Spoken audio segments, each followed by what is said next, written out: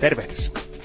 Nykyään on puhuttu hirveästi siitä, että pitäisikö äänestysikärajaa laskea 16 vuoteen. Nykyään se on huomattavasti korkeampi, nimittäin 18 vuotta.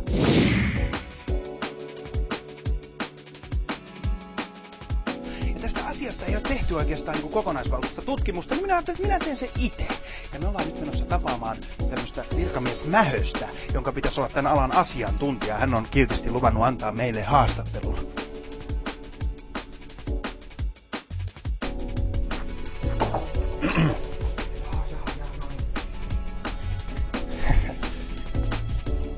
Joo, Tero. Kuinka paljon henkistä kypsymistä tapahtuu 2 vuodessa? Ihminenhän on niinku omena, että se kypsyy tunnissa 60 minuuttia, vuorokaudessa 24 tuntia, viikossa 7 päivää. Okei, joo.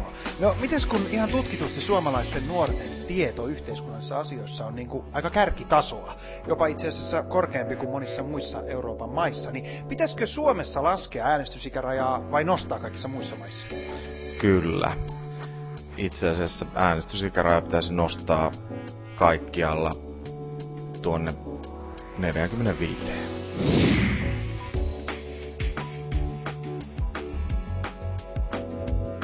Joo. No minkä ihmeen takia mun 96-vuotias mummoni saa äänestää, mutta nuori ei? Että onko se niinku parempi antaa ääni esimerkiksi Kekkoselle kuin jollekin, joka on ihan oikeasti elossa? Sen takia, että sinun mummosi osaa äänestää oikein. Nuorethan eivät osaa äänestää oikein. Aivan. No jos pelätään, että ihmiset äänestää niinku väärin, niin eikö se olisi parempi, että äänioikeuden sijaan kaikki ihmiset suorittaisi jonkun testi, jossa ne todistaa, että ne on tarpeeksi fiksuja äänestämään oikein? Sehän olisi tietysti ideaali tilanne, jos meillä olisi vaan varaa tällaisiin testeihin, että saataisiin karsittua ne väärät mielipiteet pois. Aivan.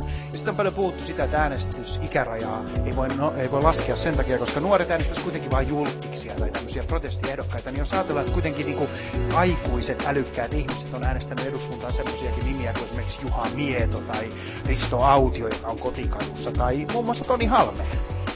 No mutta kaikkihan he ovat pystyneet kuitenkin kyllä tekemään oivia päätöksiä, etkö ole samaa mieltä, ja Juhahan on hirveän hyvä hiihtämään.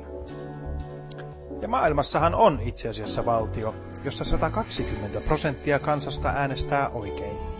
Pohjois-Korea.